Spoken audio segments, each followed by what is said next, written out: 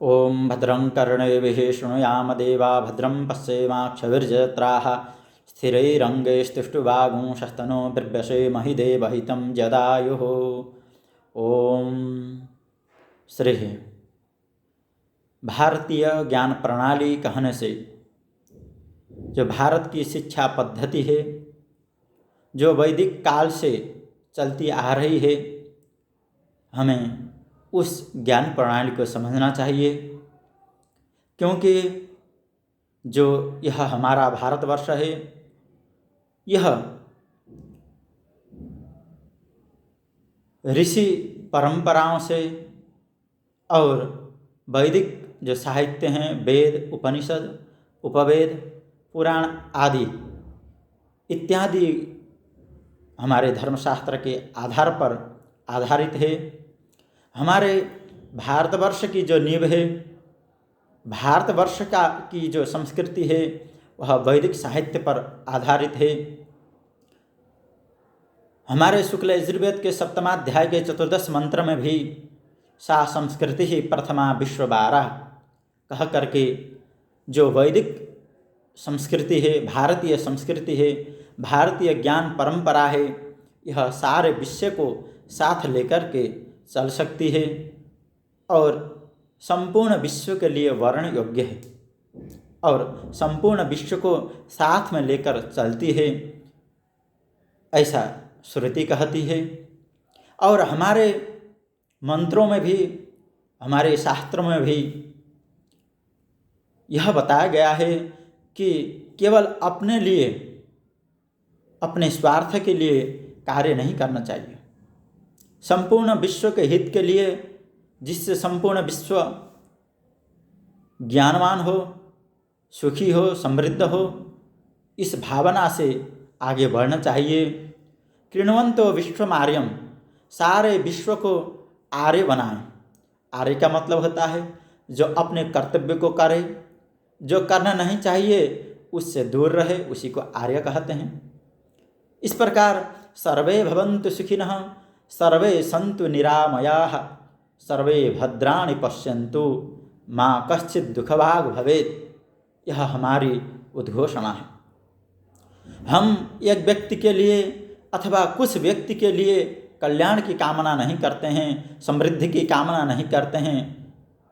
हमारी भावना में, हमारे शास्त्रों में सभी के लिए कल्याण की प्रार्थना है। साथ ही हमारे शास्त्रों में जो भी बताया गया है, आध्यात्मिक विषय में बात करें अथवा लौकिक विषय में बात करें, आध्यात्मिक विषय में हमारे शास्त्रों से ज़्यादा अन्यत्र कहीं भी वर्णन नहीं मिलता है। हमारे शास्त्र कहते हैं एकम सद्विप्रा बहुधा वदन्ति, जो परम तत्व के रूप में हम लोग उपासना करते हैं, वह तत्व केवल एक ही रूप है। उसी को ब्राह्मण लोग, विद्वान लोग अनेक प्रकार से वर्णन करते हैं। इस प्रकार आता है, जिस प्रकार एक नदी में अथवा समुद्र में अथवा तालाब में जाने के लिए अलग अलग मार्ग हो सकते हैं, लेकिन सबका लक्ष्य केवल तालाब अथवा जल, परम प्राप्य लक्ष्य वही रहता है। उसी प्रकार संसार में जितना भी पंथ हैं, जितना भी धर्म के मार्ग बताए गए हैं, उनमें सबसे प्राचीन सनातन धर्म ही है। सनातन धर्म को हमारी जो प्राचीन भारतीय ज्ञान परंपरा है, उसने जन्म दिया है अथवा उसने प्रकट किया है अथवा उसका जो स्वरूप है उसका प्रकाश किया है। क्योंकि सनातन धर्म कभी भी किसी के द्वारा बनाया नहीं गया है। हमारे जो वैदिक मंत्र हैं, उनको भी ऋषि मुनियों द्वारा साक्षात्कृत कहा गया है। जो वैदिक मंत्र होते हैं, उनको अपने मन से रचना नहीं की जाती। उनको जो तत्त ऋषि हैं, वे लोग अपने साधना द्वारा, तपस्या द्वारा साक्षात्कार करते हैं। इस प्रकार जो हमारी सनातन संस्कृति है, वह वेद पर आधारित है, नित्य है। और वेद में ऋग्वेद, यजुर्वेद, सामवेद, अथर्ववेद ये आते हैं। और उसके अनंतर उपनिषद, उपवेद, इतिहास में वाल्मीकि रामायण, महाभारत, और पुराण में जो 18 महापुराण हैं, उपपुराण हैं, और आगे उपपुराण भी हैं। ये सारे जितना भी शास्त्र हैं, ये सभी हमारी जो भारतीय ज्ञान परंपरा है इसको उद्घाटित करती हैं। हम यदि देखते हैं तो हमारे जो शास्त्र हैं, हमारी जो संस्कृति है, हमारी जो ज्ञान परंपरा है, उसमें अनेक ग्रंथ हैं। उसको एक जगह बांधा नहीं गया है। आपको एक ग्रंथ को लेकर चलना है ऐसा नहीं है। आप उसकी विवेचना कर सकते हैं, उसको आगे बढ़ा सकते हैं, और अपने द्वारा जो जान सकें, स्वयं से जो अनुभूत कर सकें, उसको भी आप उसमें जोड़ सकते हैं। जैसे हिमालय से बहती हुई गंगा जी का जो मूल स्रोत है गोमुख है, वहाँ से गंगा जी प्रकट होती हैं और वह आगे तक अपने ही स्वरूप में रहती है, घटती बढ़ती नहीं है, क्योंकि वहाँ बर्फ पिघल करके गंगा जी का स्वरूप बन जाता है। उसी प्रकार हमारे जो वैदिक साहित्य हैं, वेद हैं, वह एक रूप हैं, गोमुख के समान हैं। जब वैदिक वाङ्मय रूप गंगा गोमुख से वैदिक काल से आगे बढ़ती है तो उसमें उपनिषद और आगे स्मृतियाँ और आरण्यक, आगे षड्दर्शन, पुराण, उपपुराण, महाभारत आदि ग्रंथ मिल जाते हैं। और वे सब कभी भी वैदिक गंगा, वेद रूपी गंगा को कभी विकृत नहीं करते हैं, कभी भी उस प्रवाह को तोड़ते नहीं हैं, उसमें जाके मिल जाते हैं।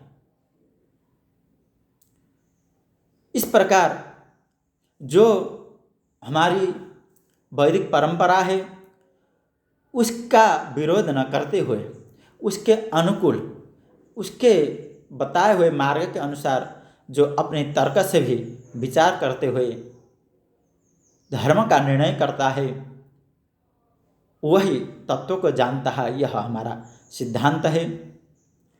इस प्रकार हमारे शास्त्र में जो भारतीय ज्ञान प्रणाली है, इसमें वेद, पुराण, इनके साथ साथ चिकित्सा शास्त्र, योग शास्त्र, सांख्य शास्त्र आदि भी आते हैं।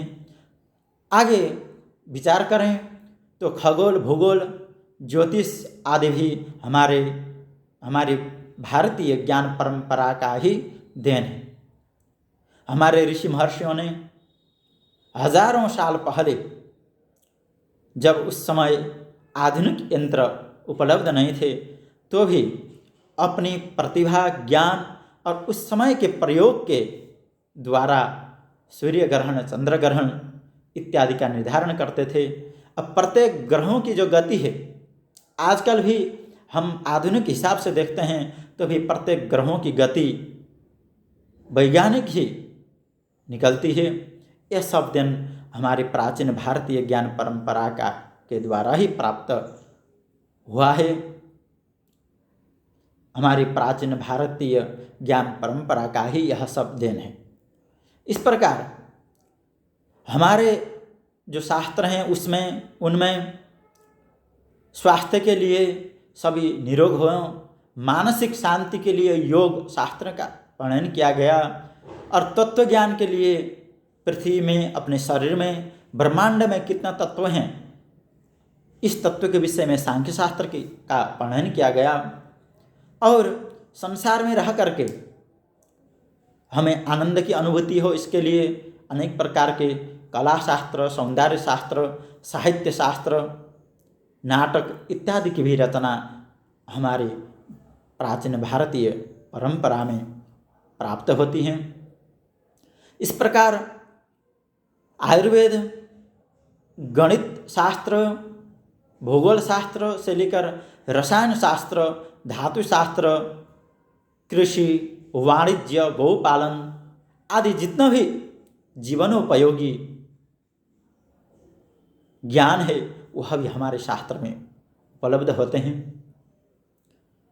हमारे शास्त्रों में प्रत्येक जड़ी बूटियों का वर्णन है, वह किस किस चीज़ में, किस किस बीमारी में, किस किस रोगों के निदान के लिए उपयुक्त होते हैं, इसका भी वर्णन प्राप्त होता है।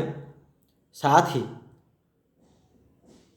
किस चीज़ को किस से मिलाने से क्या बन जाता है, जिसको आजकल रसायन शास्त्र कहते हैं, धातु विज्ञान कहते हैं, इसका भी पूर्ण रूप से हमारे शास्त्रों में वर्णन मिलता है।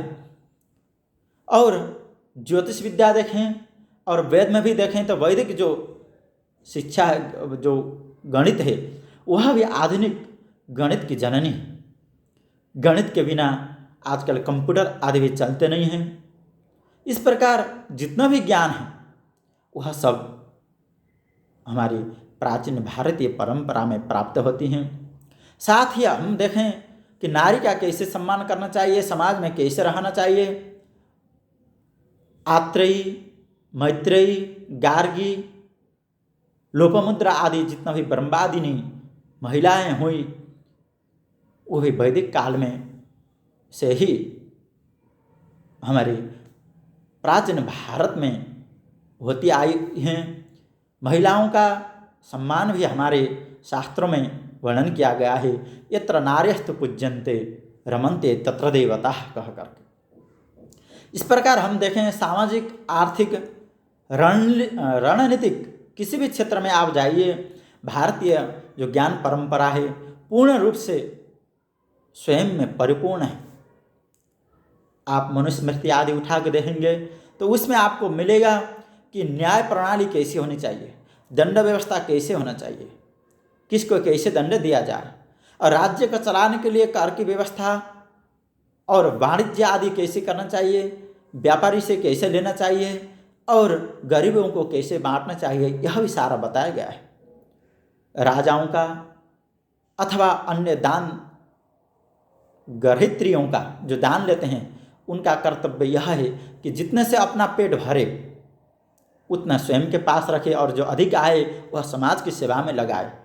इसलिए कहा गया है यावत भ्रियत जठरम तावत स्वत्वम हिदेहिनाम अधिकम योधि मन्येत सस्तेनो दंडमर्हति। इस प्रकार वर्णन किया गया है। इस प्रकार लौकिक जो जीवन दर्शन है, कैसे हमें जीवन जीना चाहिए, यह भी हमारी प्राचीन भारतीय ज्ञान प्रणाली में मिलती है।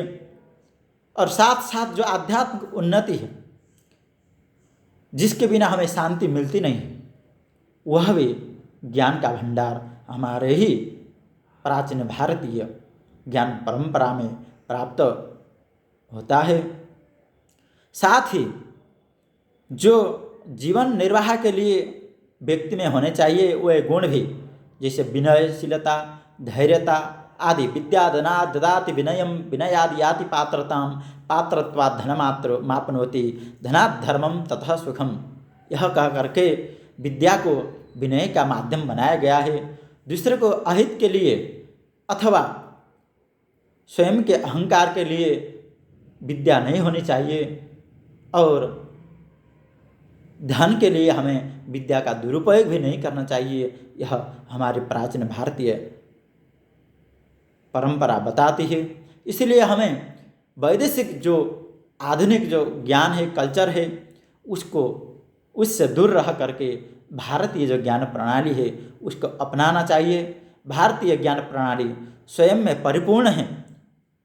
यदि हम जब तक स्वयं भारतीय प्रणाली का अनुगमन नहीं करते हैं तब तक हम स्वाभिमानी, स्वरोजगार से युक्त और स्वतंत्र नहीं रह सकते हैं। हमारी जो जीवन पद्धति है यह चले इसके लिए, और हमारी जो अस्मिता है, अस्तित्व है, उसकी रक्षा के लिए हमें भारतीय जो ज्ञान प्रणाली है इसको अवश्य ही अपनाना चाहिए। वैदेशिक संस्कृति अपनाने से, ज्ञान अपनाने से हम लोग सदा गुलाम रह सकते हैं। स्वतंत्र रहने के लिए केवल भारतीय संस्कृति को ही अपनाना पड़ेगा। इस प्रकार सारे जितना भी माध्यम हैं, स्रोत हैं, भारतीय ज्ञान प्रणाली में ही हैं, कह करके विदा लेते हैं। जय श्री राम।